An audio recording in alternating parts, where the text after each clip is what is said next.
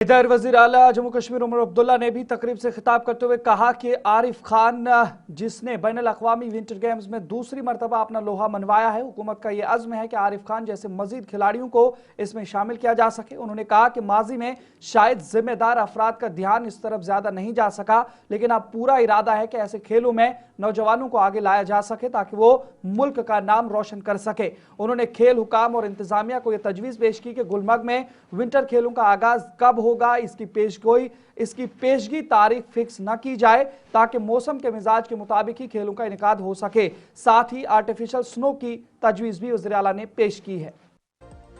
खेलो India winter games में आप सबका इस खूबसूरत फूलों की वादी जिसको गुलमर्ग कहा जाता है, आप सबका खैर मकदम और इस्तकबाल।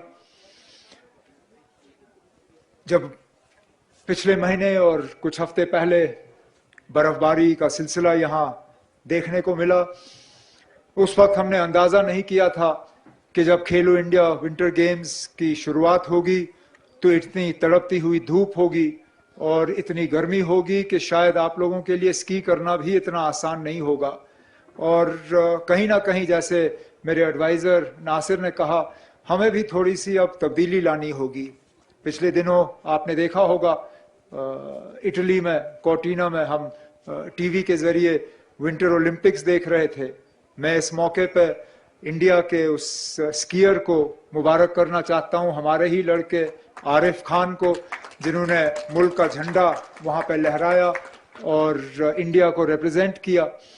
इस उम्मीद के साथ कि इस खेलो इंडिया विंटर गेम्स में भी एक नया आरिफ खान जो है वो पैदा होगा। चाहे आप स्केटर हो, चाहे आप स्कीयर हो, चाहे आपका जो भी विंटर स्पोर्ट्स में आप जिस चीज़ से भी आप ताल्लुक़ रखते हो, जिस चीज़ का भी आपका शौक़ हो।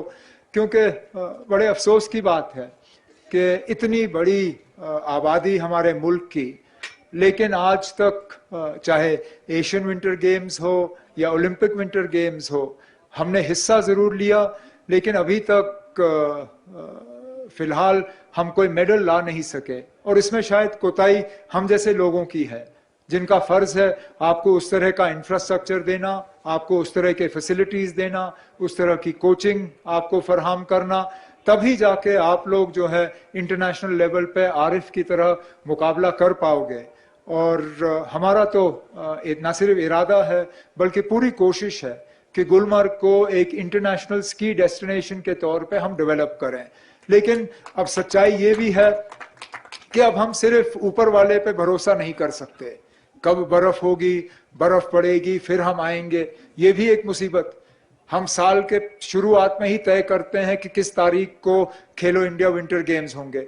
उस वक्त हम ये भी नहीं देखते कि बर्फ होगी या नहीं होगी, अगर होगी कि किस तरह की बर्फ होगी। मैं तो आज पहले खेलो इंडिया विंटर गेम्स के ऑर्गेनाइजर्स से मोतबाना गुजारिश करना चाहूंगा, आप पहले से डेट मत फिक्स करिए। फिलहाल आप ये कहिए कि बर्फ पड़ने के 10 या 15 दिन बाद जो है खेलो इंडिया विंटर गेम्स होंगे, ताकि उस वक्त हम सही तरह का बर्फ, सही तरह के स्लोप, सही तरह के कंडीशंस आपको दे सकें। लेकिन उसके साथ मैं अपने तरफ से आपको यकीन दिलाता हूं कि अब वक्त आ गया है, हमें आर्टिफिशियल स्नो जनरेशन की तरफ जाना पड़ेगा। मैं जानता हूं इस पे भी कुछ लोग शिकायत करते हैं कि इसमें पानी का बहुत इस्तेमाल होता है, बिजली का बहुत इस्तेमाल होता है, लेकिन अगर हम इस तरह का इंफ्रास्ट्रक्चर नहीं बनाते, बदकिस्मती से मुझे कहना पड़ेगा, एक दिन ऐसा आएगा जहां हम गुलमर्ग में स्की कर भी नहीं पाएंगे।